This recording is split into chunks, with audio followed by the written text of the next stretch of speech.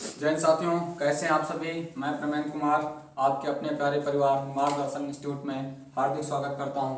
हम लोग भूगोल पढ़ रहे हैं और भूगोल में हम लोग क्या पढ़ रहे हैं, नदियों के बारे में। किसके बारे में? नदियों के बारे में। नदियों के बारे में हमने गंगा नदी अपवाद तंत्र पढ़ लिया था, गंगा की सहायक नदियाँ पढ़ लिया था और हमने बताया था प्रायद्वीपीय भारत की नदियाँ।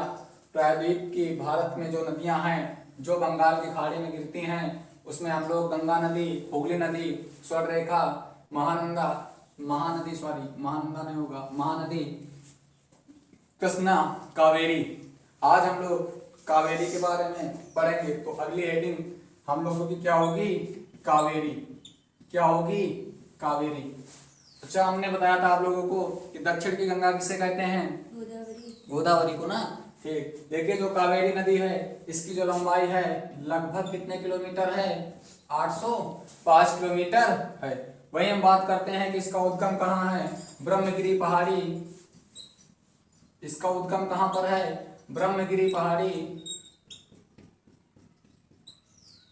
ब्रह्मगिरी पहाड़ी, कुर्ग नामक स्थान।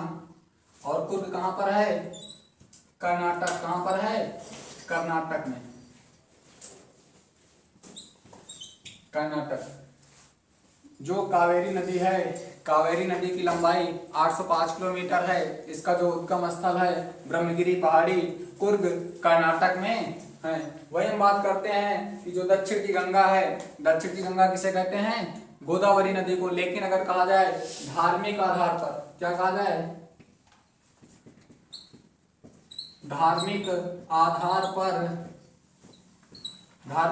पर दक्षिण की गंगा किसे कहते हैं? अगर क्वेश्चन नॉर्मली पूछा जाए कि दक्षिण की गंगा किसे कहा जाता है, तब हमारा आंसर क्या होगा? गोदावरी। लेकिन अगर पूछा जाए धार्मिक आधार पर दक्षिण की गंगा किसे कहते हैं, तो हमारा आंसर क्या होगा? कावेरी नदी। क्या होगा? कावेरी नदी। कहाँ कहाँ इसका बहाव है? कहाँ से निकलती? कर्नाटक,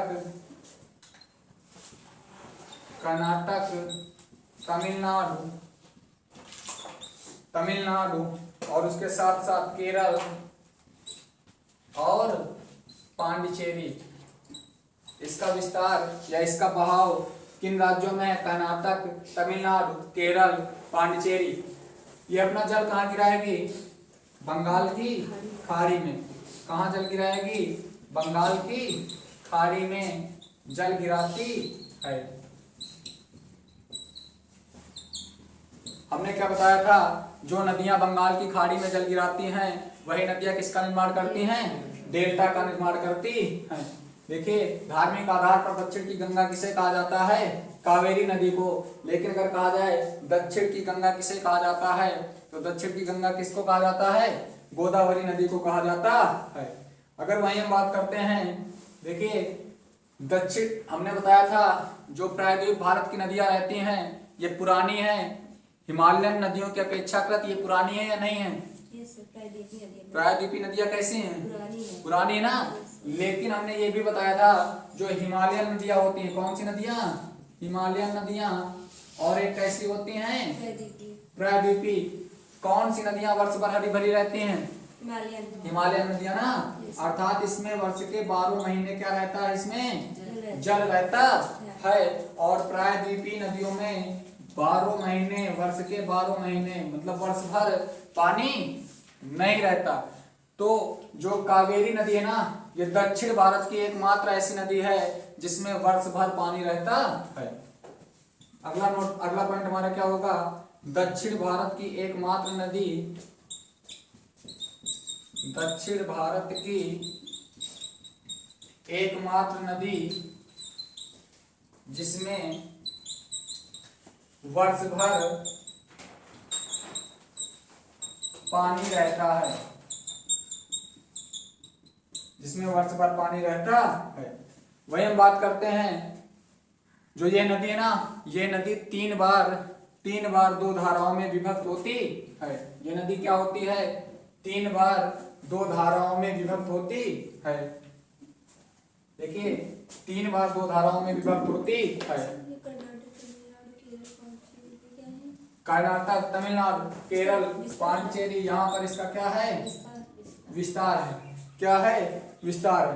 वही हम बात करते हैं, हमने बताया कि जो ये नदी है कितने बार दो धाराओं में विभक्त होती है? 3 बार। कितने बार? 3 बार।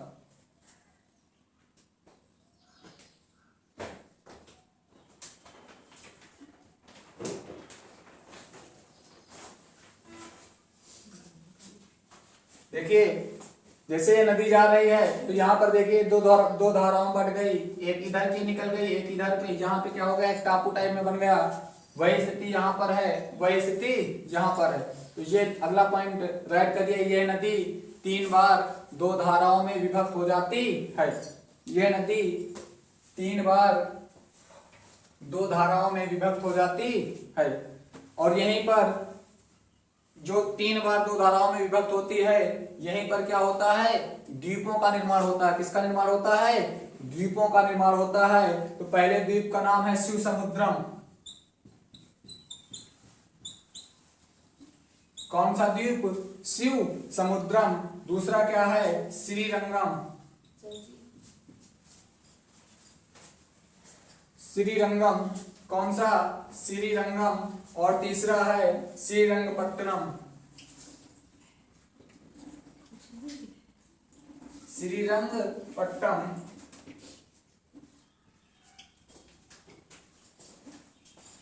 हमने बताया कि जो ये नदी है कावेरी नदी 3 बार 2 धाराओं में विभक्त होती है। और जब 3 बार 2 धाराओं में विभक्त होती है तो यहीं पर किसका निर्माण होगा?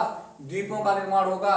पहले द्वीप का नाम शिव समुद्रम द्वीप, दूसरे द्वीप का नाम श्रीरंगम द्वीप और तीसरे द्वीप का नाम श्रीरंगपट्टनम द्वीप होगा। सभी साथी एक बार स्क्रीनशॉट इसका कर लें। वहीं आगे हम बात करते हैं कि जो कावेरी नदी जल विवाद है, कावेरी नदी जल विवाद किन किन राज्यों में है? कावेरी नदी जल विवाद किन किन राज्यों में है? कावेरी नदी की लंबाई कितनी थी? 805 किलोमीटर। उद्गम ब्रह्मगिरी पहाड़ी, कुर्ग, कर्नाटक। धार्मिक आधार पर दक्षिण भारत की गंगा कहा जाता है। धार्मिक आधार पर दक्षिण की गंगा। इसका जो बहाव है, इसका जो विस्तार है, कर्नाटक है, केरल है, तमिलनाडु है और पांडिचेरी। हमने बताया कि ये अपना जल कहाँ गिराती हैं? बंगाल की खाड़ी में। और हमने बताया ये क्वेश्चन कई बार पूछा गया है कि कौन सी ऐसी नदी है, प्रायद्वीप भारत की नदी है, दक्षिण भारत की नदी है जिसमें वर्ष भर पानी रहता है? तो कौन सी नदी है? कावेरी। कौन सी? कावेरी। 3 बार ये नदी कितने धाराओं में विभक्त होती है? ये नदी 3 बार 2 धाराओं में विभक्त होती है। और यहीं पर द्वीपों का निर्माण होता है। उन द्वीपों का नाम शिव समुद्रम, श्रीरंगम, श्रीरंगपट्टनम है। वहीं अगर हम बात करते हैं, इसका विवाद तमिलनाडु और कर्नाटक में है। अर्थात कावेरी नदी जल विवाद किन किन राज्यों में है? तमिलनाडु और कर्नाटक। तमिलनाडु और कर्नाटक। तमिलनाडु और कर्नाटक। आगे हम बात करते हैं, अगर अगले पॉइंट की हम बात करें, इस पर निर्मित बांध कौन से हैं? इस पर निर्मित बांध कौन से हैं? राइट करिए अगला पॉइंट, निर्मित बांध।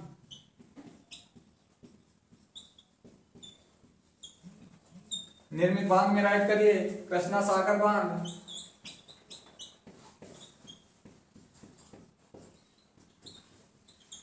कृष्णा सागर बांध। और कृष्णा सागर बांध कहां पर है?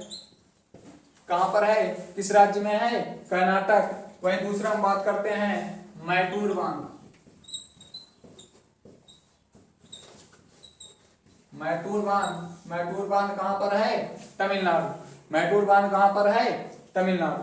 आगे हम बात करते हैं अगले पॉइंट की, तो इसकी जो सहायक नदियां हैं, जो कावेरी नदी की सहायक नदियां हैं, अगला पॉइंट राइट करिए सहायक नदी। सहायक नदी की हम बात करते हैं तो लिखिए हेमवती, हेमवती, सीमाना, अर्कवती, अर्कवती और उसके साथ भवानी, अमरावती, भवानी और अमरावती। आगे हम बात करते हैं कि अगर बात किया जाए कि बंगाल की खाड़ी में गिरने वाली प्रमुख नदियां कौन कौन सी हैं जो प्रायद्वीप भारत की हैं, तो गंगा नदी के बाद हम देखते हैं गंगा नदी की एक असहायक नदी कौन सी है, हुगली नदी। और हुगली नदी की सहायक नदी कौन सी है, दामोदर नदी।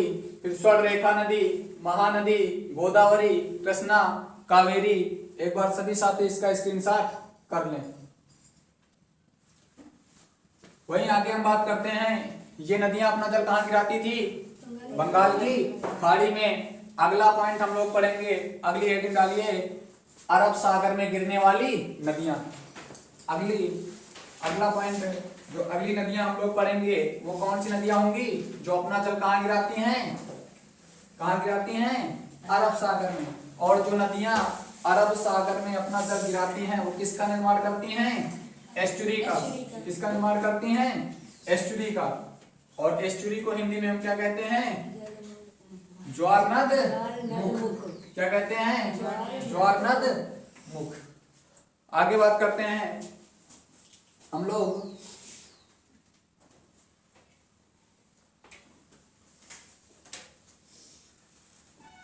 तो हेडिंग हम लोगों को क्या होगी, अरब सागर में गिरने वाली नदियां।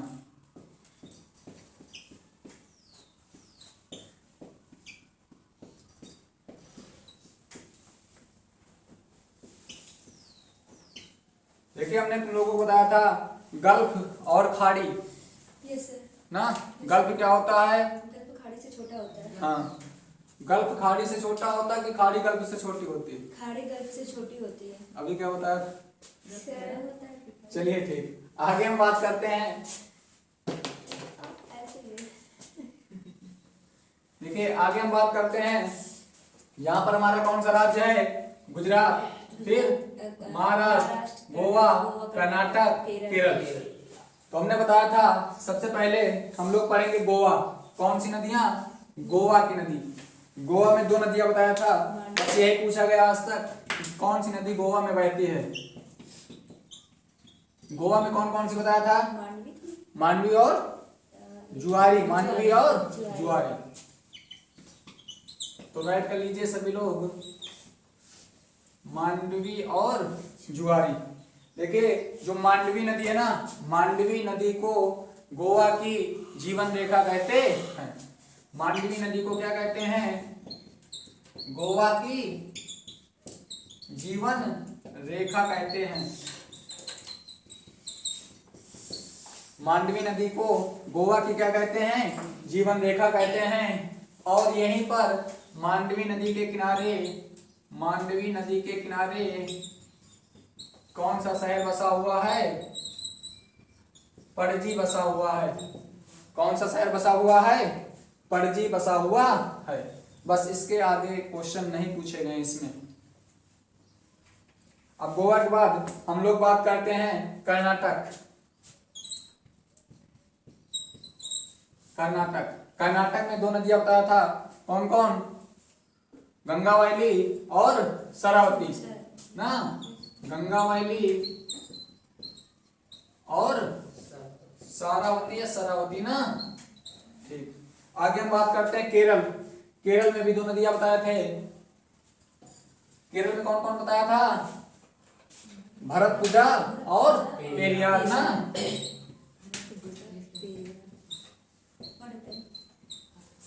भरतपुजा और पेरियार, भरतपुजा और पेरियार।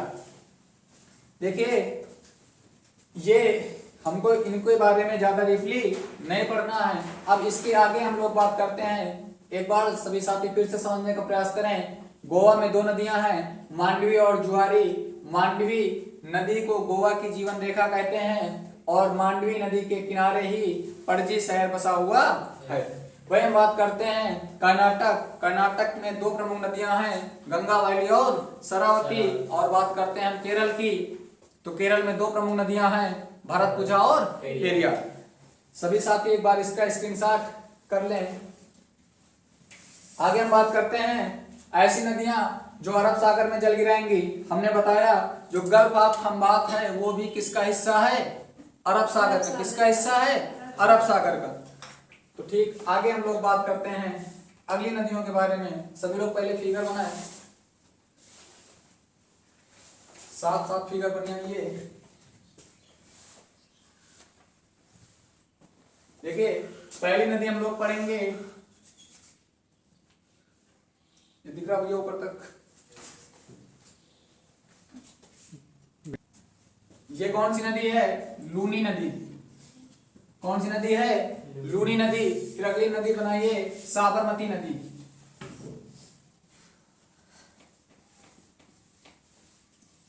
साबरमती नदी। फिर अगली नदी है तीसरी माहे नदी। कौन सी नदी? माहे नदी। लूनी नदी, साबरमती नदी, माहे नदी। वहीं आगे हम बात करते हैं, फिर क्या है आगे? क्या है? विंध्याचल पर्वत। क्या है? विंध्याचल पर्वत। देखिए माहे नदी के नीचे क्या है? विंध्याचल पर्वत। इसको हम विंध्य पर्वत कहते हैं। इसके नीचे हमारी एक नदी बहती है। इसके नीचे हमारी कौन सी नदी बहती है? नर्मदा नदी। ये कौन सी नदी हो गई? नर्मदा नदी। देखिए नर्मदा नदी के उत्तर में कौन सी पर्वत श्रृंखला है? विंध्य पर्वत श्रृंखला। कौन सी? विंध्य पर्वत श्रृंखला। और विंध्य पर्वत श्रृंखला के दक्षिण में कौन सी नदी है? कौन सी नदी है? नर्मदा नदी। और नर्मदा नदी के दक्षिण में सतपुड़ा पर्वत श्रृंखला है। कौन सा पर्वत श्रृंखला है? सतपुड़ा पर्वत श्रृंखला है। और सतपुड़ा पर्वत श्रृंखला के नीचे अगर बात किया जाए तो ताप्ती नदी है। कौन सी नदी है? ताप्ती नदी। हमने बताया सबसे ऊपर कौन सी नदी? लूनी नदी। कई बार क्वेश्चन ऐसे पूछा गया है कि नर्मदा नदी किन दो पर्वत श्रृंखलाओं के बीच बहती है? तो नर्मदा नदी किन दो पर्वत श्रृंखलाओं के बीच बहती है? ये कौन सी पर्वत श्रृंखला है? विंध्याचल, या विंध्य पर्वत श्रृंखला ना। और ये कौन सी पर्वत श्रृंखला है? सतपुड़ा पर्वत श्रृंखला। तो दोनों पर्वतों के बीच कौन सी नदी बहती है? नर्मदा नदी। और क्वेश्चन ये भी पूछा गया है कि सतपुड़ा पर्वत के दक्षिण में कौन सी नदी बहती है? तो सतपुड़ा पर्वत के दक्षिण, क्योंकि ये है नदी, इसका दक्षिण नीचे होगा ना, तो कौन सी नदी है? ताप्ती नदी। कौन सी नदी है? ताप्ती नदी। आगे हम बात करते हैं, हमने तुम लोगों को बताया था कि दामोदर नदी ना, क्या बताया था? दामोदर नदी। दामोदर नदी के बारे में क्या बताया था? नहीं, कौन सी नदी भ्रंश घाटी में बहती है? दामोदर नदी। कौन सी नदी? दामोदर नदी। आगे हम बात करते हैं, तो इसमें सबसे पहले हम लोग नीचे से पढ़ते चलते हैं। हमारे लोगों की जो हेडिंग होगी वो होगी ताप्ती नदी। कौन सी नदी? ताप्ती नदी। ताप्ती नदी की अगर हम बात करते हैं, इसकी लंबाई कितनी है? इसकी लंबाई लगभग 724 किलोमीटर है। कितनी है? 724 किलोमीटर। और ये मुल्ताई कहां से निकलती है? मुल्ताई जो कि कहां पर है? बैतुल में। जो इसका उद्गम है, उद्गम कहां पर है? मुल्ताई, बैतुल। और बैतुल कहां पर है? मध्य प्रदेश। कहां पर है? मध्य प्रदेश। देखिए बात हम करते हैं मध्य प्रदेश की, तो मध्य प्रदेश किसके लिए फेमस है? यहाँ पर सर्वाधिक क्या है? वन पाए जाते हैं। इसके साथ साथ यहाँ पर सर्वाधिक क्या है? अभ्यारण्य है। क्या है? अभ्यारण्य है। उसके साथ साथ यहाँ पर क्या है? और क्या है? यहाँ पर दालें सर्वाधिक हैं। सर्वाधिक वन कहाँ पाए जाते हैं? सबसे ज्यादा वन एरिया की बात किया जा रही है, ऐसे क्षेत्रफल के हिसाब से। तो बात समझ में नहीं ऐसे समझ। अगर बात किया जाए, हमने कहा यहाँ पर वन के साथ साथ हमने क्या बताया? दाल। दाल के साथ साथ यहाँ पर क्या बताया? सोयाबीन। क्या बताया? सोयाबीन। इसे सोया प्रदेश भी कहते हैं। क्या कहते हैं? सोया प्रदेश भी कहते हैं। सोया प्रदेश। और यहाँ पर अभ्यारण्य की संख्या भी अधिक है। देखिए अगला पॉइंट क्या है? मध्य प्रदेश से कई सारी नदियां निकलती हैं। नोट पॉइंट डालिए। लिखे मध्य प्रदेश से कई सारी नदियां निकलती हैं,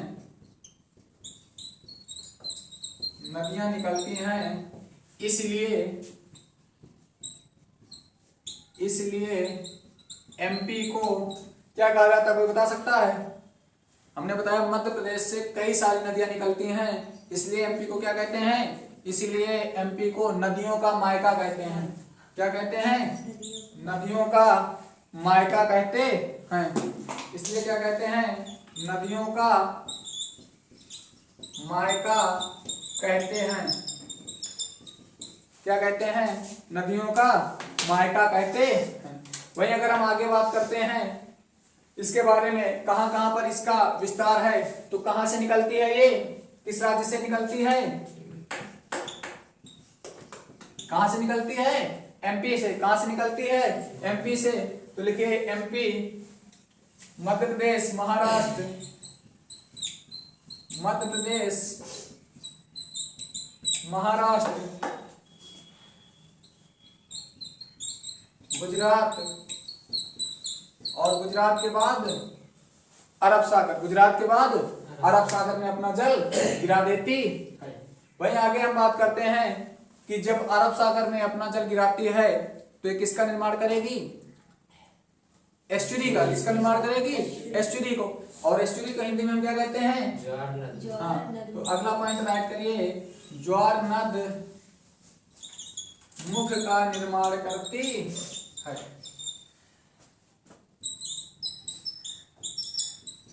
अच्छा, सभी लोग ये बताइए कि डेल्टा और ज्वार नद मुख में अंतर समझ पा रहे हो? Yes sir. क्या होता है? डेल्टा जो होता है वो त्रिभुजाकार जब बनती है वहां से गिरती है बंगाल की खाड़ी से, तो एक जगह से पूरा त्रिभुजाकार आकर लेकर गिरती है। और डेल्टा में डेल्टा जो उसके बाद ज्वार नदमुख में इकट्ठा हो जाता है, उसके बाद इधर उधर विस्तृत हो जाती है। कुछ देखिए जहां पर जो नदियां हैं जो गिरने से पहले अगर वहां पर अवसाद जमा कर देती हैं तो नॉर्मल शब्दों में उसे क्या कहते हैं? डेल्टा। लेकिन अगर जो नदियां, जिन नदियों का प्रवाह तीव्र गति से है और वो पूरा अपना अवसाद लेकर समुद्र में चली जाती हैं, वो क्या कहलाता है? ज्वार नद मुख, जिसे हम एस्चुरी भी कहते हैं। हमने बताया ज्वार नद मुख का निर्माण करती। देखिए इसी के किनारे गुजरात का सूरत शहर, देखिए गुजरात का सूरत शहर इसी नदी के किनारे बसा है।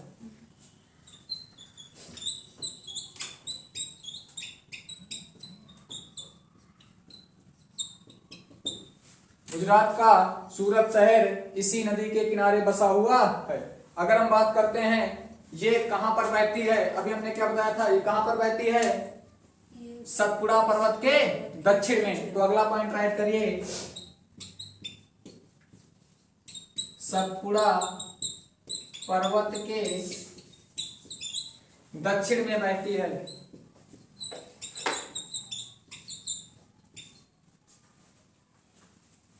ठीक, आगे हम बात करते हैं सतपुड़ा पर्वत की किधर बहती है?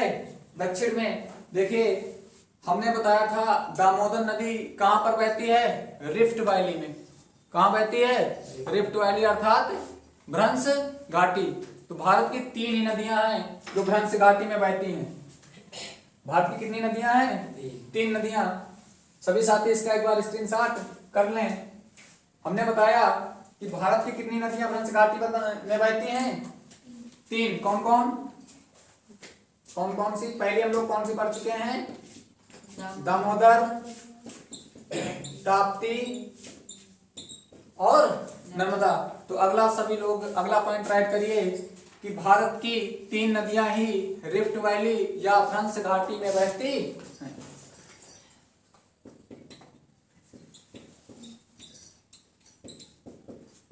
रिफ्ट वैली या इसी को हम क्या कहते हैं? भ्रंश घाटी। भारत की 3 नदियां कौन कौन सी नदी? दामोदर नदी, नर्मदा नदी और ताप्ती नदी किसमें बहती हैं? रिफ्ट वैली या इसी को हम क्या कहते हैं? भ्रंश घाटी। अगर हम आगे बात करते हैं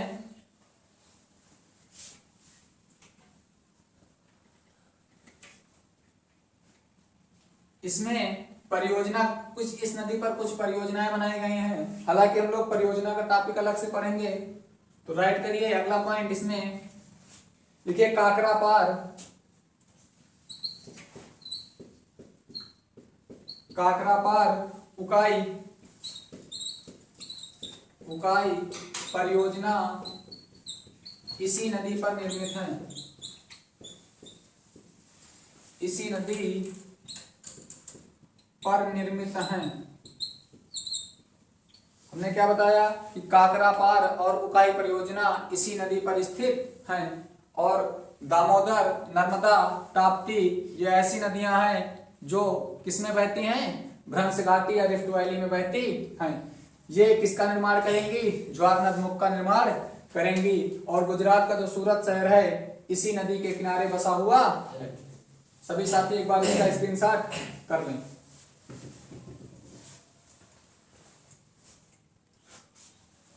वही हम बात करते हैं इसकी सहायक नदियों के बारे में, इसकी सहायक नदियों के बारे में बात करते हैं। तो सहायक नदियों में राइट करिए गिरना, पंजारा, गिरना, पंजारा, पूर्णा, पूर्णा, बोरी